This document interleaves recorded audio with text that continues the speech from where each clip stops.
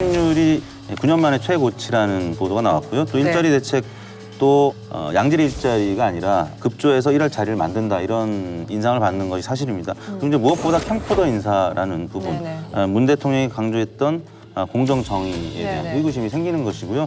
서울교통공사 이제 국정조사 하겠지만 그 부분에 대한 실망감이 특히 20대한테 컸던 것 같습니다. 그리고 이제 권력 노조라고 하는 민노총이 청년들의 일자리를 또 가로막는다. 뭐 이런 부분 때문에 그동안에 문재인 정부의 버팀목이 됐던 지지층이 민노총 또 한노총이었기 때문에 그 부분도 이제 부담으로 작용하는 것 같고요.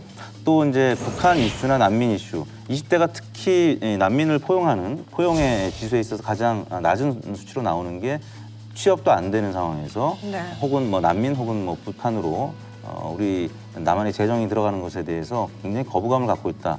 이렇게 해서 지지율이 좀 빠진 듯 보입니다. 제가 생각하기에 제 주변이랑 이제 얘기를 하다 보면 항상 이 취업난 문제의 핵심은 결국 양질의 일자리가 없다였습니다.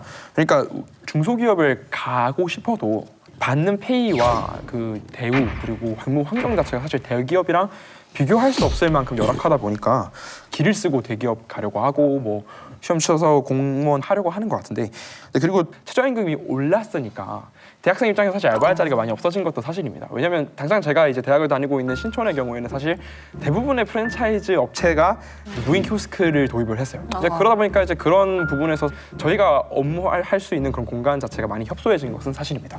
그런 캠코더 인사에 대한 얘기를 안 할 수가 없을 것 같아요. 아무리 우리가 열심히 일을 하고 자기 개발해서 성과를 낸다고 하더라도 결국 라인 잘 타고 정권을 잘 보이면 사장에 들어가는 건 그쪽 사람이다라는 인식이 사회에 만연해지고 있는 것 같습니다.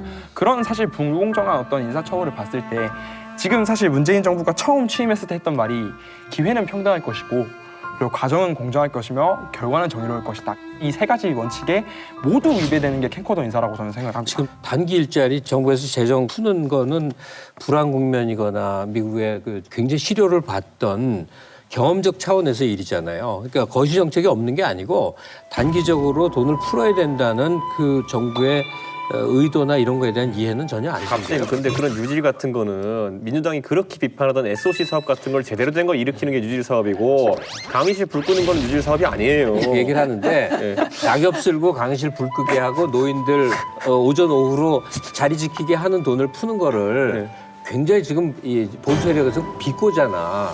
그런데 불안 국면에서 일본 같은 경우도 많은 경우 그렇게 하면서 일시적으로 단기적으로 중하위권에 재정을 풀어요. 그거를 비꼬려면 얼마든지 비꼬겠지만 실효성이 있는 걸 어떻게 해. 네,